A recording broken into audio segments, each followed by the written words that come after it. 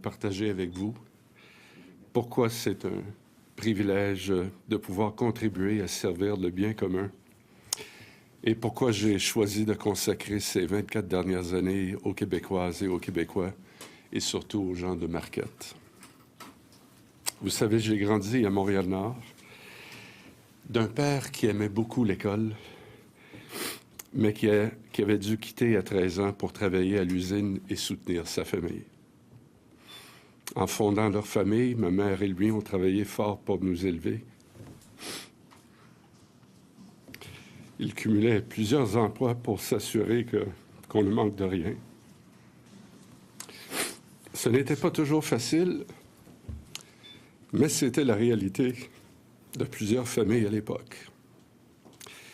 J'ai été choyé qu'ils m'encouragent à poursuivre des études supérieures qui ont ouvert la porte à des opportunités que je n'aurais jamais imaginées. Vous voulez savoir ce qui m'animait tout au long de mon cheminement? La possibilité de faire une différence dans la vie des gens, des jeunes en particulier. De promouvoir la justice sociale et d'améliorer l'accès à l'éducation et à la santé. I know what it's like to grow up with dreams and aspirations, but little means to make them real other than with hard work. That's why I wanted to give back to the community, to fight for better. J'ai toujours cherché à améliorer la qualité de vie de mes concitoyens. J'ai été à leur écoute et j'ai défendu les dossiers qui leur tenaient à cœur en rassemblant partenaires et collaborateurs, parfois même pendant plusieurs années, pour répondre à leurs besoins.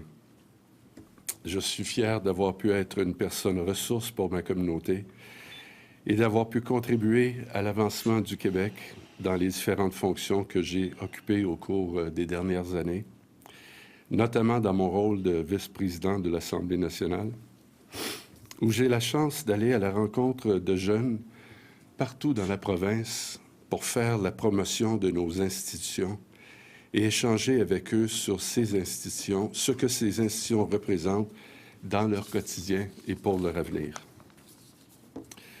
J'ai beaucoup de respect pour tous les députés de l'Assemblée nationale et tous les gens qui sont animés par le même engagement au service du bien commun. Je ne cacherai pas que les mesures prises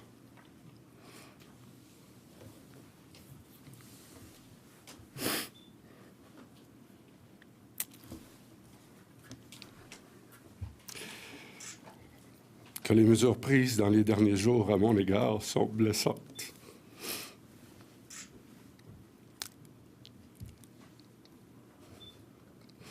Pour moi et ma famille, autant qu'elles sont inattendues et vont à l'encontre de l'engagement pris par le Premier ministre, qui m'a regardé dans les yeux, m'a serré la main et m'a réitéré sa confiance de vive voix en mai dernier, en me disant « Inquiète-toi pas, je ne te jouerai pas de tour, je vais signer ta lettre de candidature. » J'ai pris sa parole. Je ne souhaite pas que les circonstances alimentent le cynisme ou dissuadent ceux qui veulent contribuer à faire avancer le Québec de s'impliquer en politique. Je crois que plus on inclut des personnes différentes, mieux on répondra aux besoins du plus grand nombre de Québécoises et de Québécois. Je suis fier du travail accompli dans Marquette et à l'Assemblée nationale jusqu'à maintenant. Et je souhaite vivement continuer de servir ma communauté. Je remercie les gens de Lachine et de Dorval pour leur confiance et leur appui.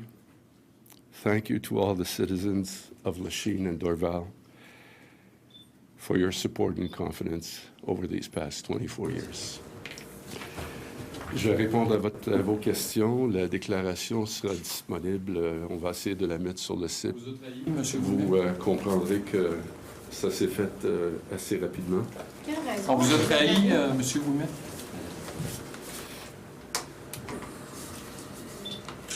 Disons que j'ai pris la parole que le premier ministre m'a donnée au mois de mai, précisément pour clarifier cette situation. Quelle explication on vous a donnée? Et pour le reste, je vous renvoie au premier ministre du Québec. Mais quelle explication on vous a donnée, M. Ouimet? Est-ce qu'on vous a dit vous faites plus le travail, on a quelqu'un de meilleur? C'est quoi l'explication? C'est l'explication que vous entendez depuis des semaines. C'est un renouvellement de l'équipe. Est-ce qu'on veut une femme à votre place pour atteindre la parité? J'ai aucune idée. Est-ce qu'on vous a proposé une autre circonscription? Non, Est-ce qu'on vous a promis quelque chose, une nomination pour Absolument. que vous acceptiez de partir? Est-ce que vous êtes déçu de votre premier ministre?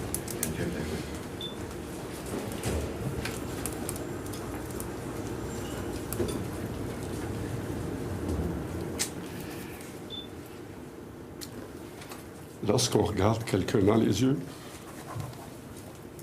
et on lui serre la main et on quitte la rencontre avec la certitude qu'on a une entente et que cette entente n'est pas respectée, ça fait mal.